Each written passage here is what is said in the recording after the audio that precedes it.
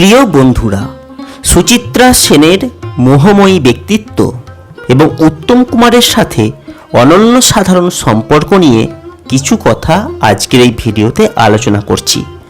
ভিডিওটি সম্পূর্ণ দেখার অনুরোধ করছি। প্রখ্যাত চিত্র পরিচালক গুলজার সাহেব আঁধি সিনেমার চিত্রনাট্য নিয়ে হাজির হলেন মহানায়িকা সুচিত্রা সেনের কাছে। সুচিত্রা সেন পরিচালককে বলেছিলেন, যা বলবেন তাই করব, আমি আপনাকে কোনো প্রশ্ন করব না। এরপর শুরু হলো শুটিং।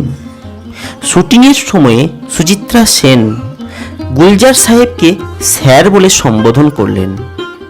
এত বড় একজন স্টার তাকে স্যার বলছেন, আর এই কথা শুনে বেজায় লজ্জায় পড়লেন গুলজার সাহেব।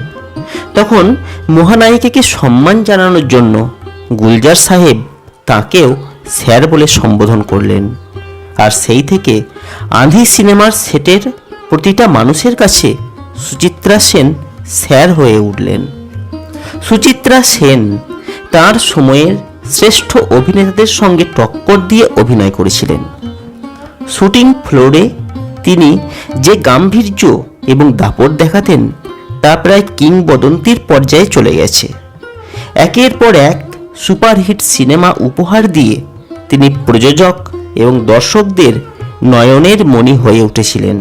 উত্তম কুমারের সাথে সুচিত্রা সেনের জুটি ছিল এভারগ্রিন জুটি, কিন্তু শুটিংয়ের বাইরেও তাদের মধ্যে নিবিড় বন্ধুত্বের সম্পর্ক ছিল। তারা একে অপরকে তুই তুকারি করতেন। অনেক সময় সুচিত্রার সাথে কথায় পেরে উঠতেন না উত্তম কুমার। এমনও হয়েছে মহানায়ক অন্য নায়িকার সাথে অভিনয় করছিলেন, সুচিত্রা সেন সেখানে পৌঁছে শটের শেষে বলতেন, কিরে উত্তম, নায়িকার সাথে প্রেম করছিস বুঝি? আবার কখনো বলতেন, আমার গাড়ি আছে, চল কাউকে কিছু না বলে ডায়মন্ড হারবার থেকে ঘুরে আসি। উত্তম কুমার ভাবতেন, সুচিত্রার মাথাটা বোধহয় খারাপ হয়ে গেছে, এরকম করলে বদনাম হবে। আর এই কথা শুনে তিনি বলতেন, একটু বদনাম হলে তো ভালোই হয়, কাগজে বেরোবে সুচিত্রা সেন উত্তমকে নিয়ে পালিয়ে গেছে। উত্তমের সাথে সুচিত্রার এমনই আত্মিক বন্ধুত্ব ছিল। সপ্তপদী সিনেমার শুটিংয়ে সুচিত্রা সেনের বিখ্যাত ডায়লগ, ও আমাকে টাচ করবে না, কিন্তু উত্তম কুমার ওথেলো দৃশ্যে ছুঁয়েছিলেন তাকে। ডেসডিমোনা বিছানায় শুয়ে আছে, ওথেলো এসে বিছানার পাশে বসল। ডেসডিমোনাকে সে হত্যা করবে।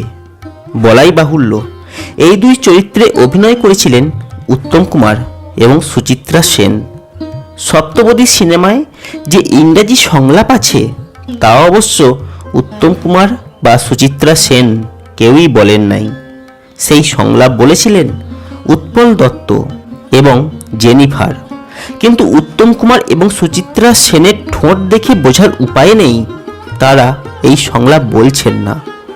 অভিনয়ের প্রতি দুরন্ত আবেগ এবং নিষ্ঠা তাদের সাফল্যের চাবিকাঠি ছিল। সুচিত্রা সেন সর্বদাই নিজের সেরাটাকে উজাড় করে দিতে চাইতেন। তাই শটের আগে উত্তম কুমারের সাথে বারবার সংলাপ রিহার্সাল করতেন। উত্তম কুমার বলতেন, এতবার কেন রিহার্সাল করছো রমা? সুচিত্রা সেন উত্তরে বলতেন, তুমি হলে মহানায়ক উত্তম কুমার, তোমার উপর আমাকে টেক্কা মারতে হবে যে। সুচিত্রা সেন সর্বদাই মাথা উঁচু করে কাজ করতে চাইতেন। অন্য প্রযোজকদের প্রতি অন্যায় করবেন না বলে তিনি সত্যজিৎ রায়ের প্রস্তাবকেও ফিরিয়ে দিয়েছিলেন। নায়ক সর্বস্ব ফিল্ম ইন্ডাস্ট্রিতে সবার থেকে বেশি পারিশ্রমিক নিতেন তিনি, তবে অতিরিক্ত প্রচার তিনি কখনোই পছন্দ করতেন না।